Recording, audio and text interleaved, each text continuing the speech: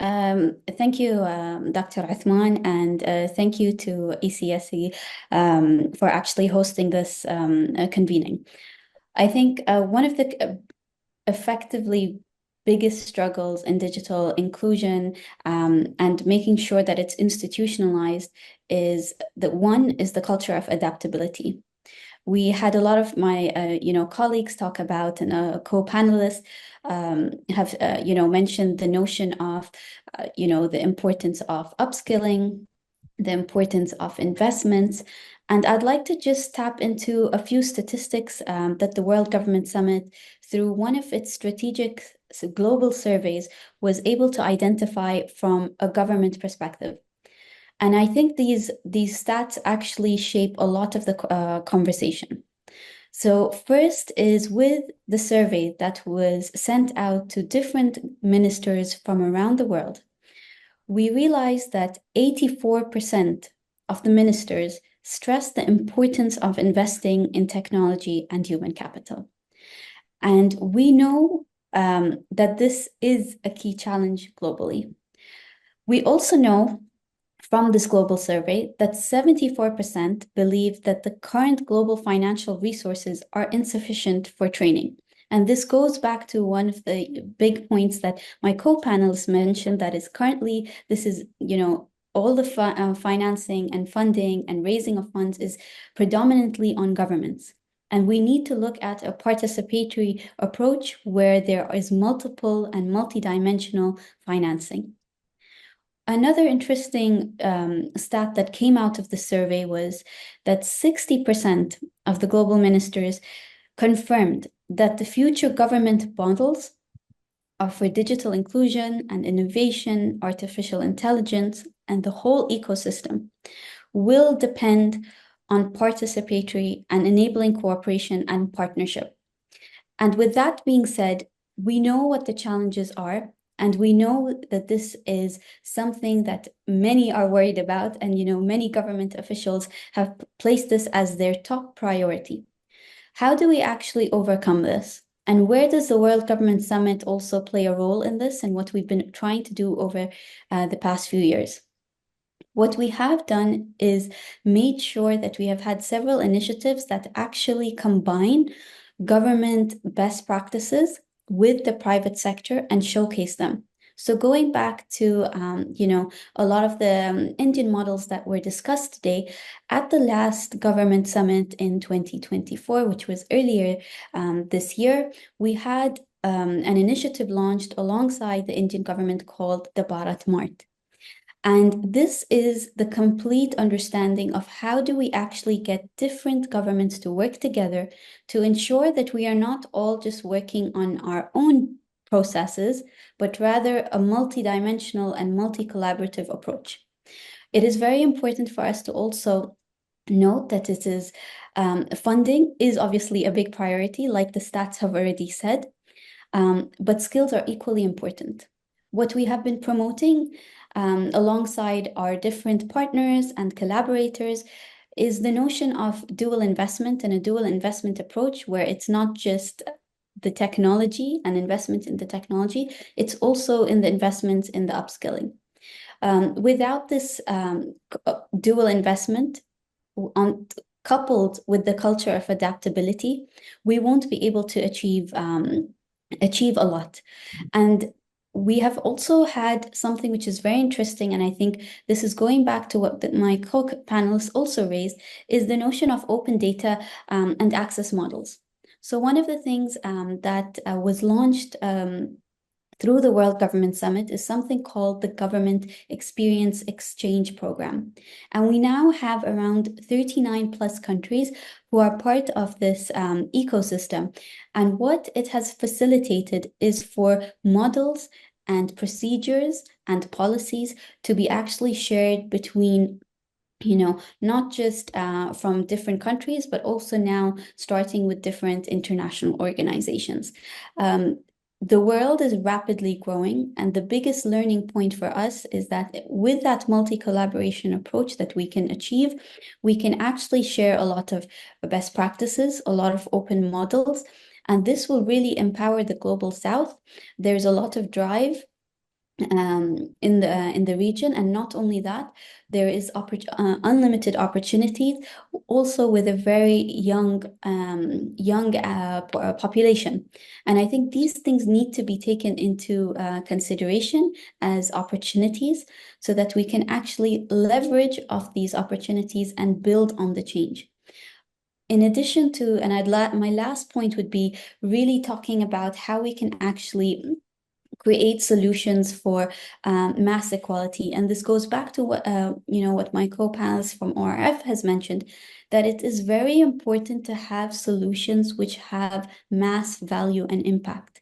Because with the growing population, the growing needs, the growing investment demands for digital innovation, digital inclusion, it's extremely important that we think smart, we think wise, and the only way to do that is to co-collaborate, learn from the best practices, avoid mistakes, take what works for your nation, and leave the rest. But this co-collaborative approach is very important. It will speed, it will speed up everyone, not just getting up to speed, but also ensuring that we create access for all. With that, I will, take a pause and have hand back over. Thank you, Doctor. Um, I think the World Government Summit is under the theme of shaping future governments. But with that being said, what does that actually mean? And I think if we break that down into what that actually means, you'll realize that it's actually talking about emerging technologies. It's talking about artificial intelligence, but it's also talking about how do we integrate societies with all these changes. So it's very easy to say that, we're going to have all these different technologies. But in the previous World Government Summit gathering, the CEO of NVIDIA said a very important thing and said, we need to stop focusing on just building the AI and learning how to code. Rather, we need to learn how to live with the coding. And this is imperative because this is what these innovations and conversations at the World Government Summit will tackle. It will tackle how we see the different innovations globally, whether it is from government or private sector, and there will be cross exchange. We will also have conversations on what these future trends are going to look like. But more importantly, how do we mitigate the crises that these future trends can bring, and how can we grasp the opportunities? We do this through multiple methods. One is working very closely with all the different international organizations and leading private sector representatives in various fields, whether it's health, finance, whether it's technology in terms of emerging technology, generative AI, and so forth. And we bring the government in order to actually get this cross-sectorial, exchange in terms of best practices. This is what we put all together under one roof. We do this through having multiple forums. I will list a few relevant ones. One is in regards to government services, and this is primarily looking into how do we actually build in innovation and really build acceleration progress for government services to be deployed in different parts of the world, and we can cross-exchange best practices. The other is the future of artificial intelligence and the governance forum, which talks about the ethics behind it. And last but not least, one of the things which makes the World Government Summit a very interesting platform, which is very close to all of our hearts, is the notion of forecasting. And I think this is a very important topic because a lot of the time, especially in the global south, the conversations are, why should I be talking about, space exploration, and I need to fix things, today on ground. And this is a relevant conversation for many. The idea is not to, skip and talk about hypothetical things. The idea is, how do we bring future trends today, and how do we actually leapfrog progress? And through cross collaboration, through exchange of policy and regulation structures between different nations, we can actually achieve this. So these are the type of benefits and conversations that can really accelerate growth. And also sustainably finance these big challenges that are not a one-stop shop or a one nation goal. These have to be on a multi lateral approach. But I will end by saying that. Thank you, Doctor. I think in terms of the question that was addressed by the audience in regards to data sovereignty. I think this is definitely a conversation that needs to be discussed on the highest levels. And I think there is also a positive approach that is happening now. Now, given that there are different areas, regions, and nations building and having conversations on this, this is actually a positive outlook because we are having multiple players looking at something which we actually do not know how will react in future, in these coming years. So it's not a very clear terrain that we are on. And I think as we approach and as there are agreements between nations in terms of exchanging data, this will shape up as the years go.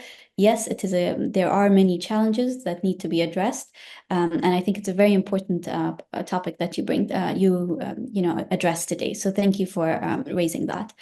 In regards to the second, which is closing off. In regards to regards to how do we actually get the digital inclusion to be part of everyone's lives? And I think I will end by saying it is very important to think about the masses, and it is very important to have it human-centric. You can build the infrastructure, you can build all the apps in the world. If you haven't got a cultural adaptability and that notion that people will address it, and there are a lot of campaigns and communication models that are equally important to develop as counter to the actual technology itself. And that is critical.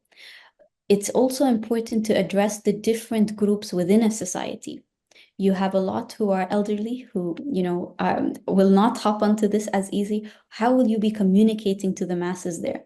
How will you be communicating to the youth? So I think I'm sure my co-panelist will address this from a different angle. So I want to end by saying communication of the plans of how to deploy, and even communicating things that are not yet clear is okay sometimes, just to make sure that we can actually collectively address those challenges and actually co-collaborate. And last but not least, the dual investment. It's not just about financial investment. It's really about the skilling and making sure that it's cross-sectorial. Thank you so much for having me today.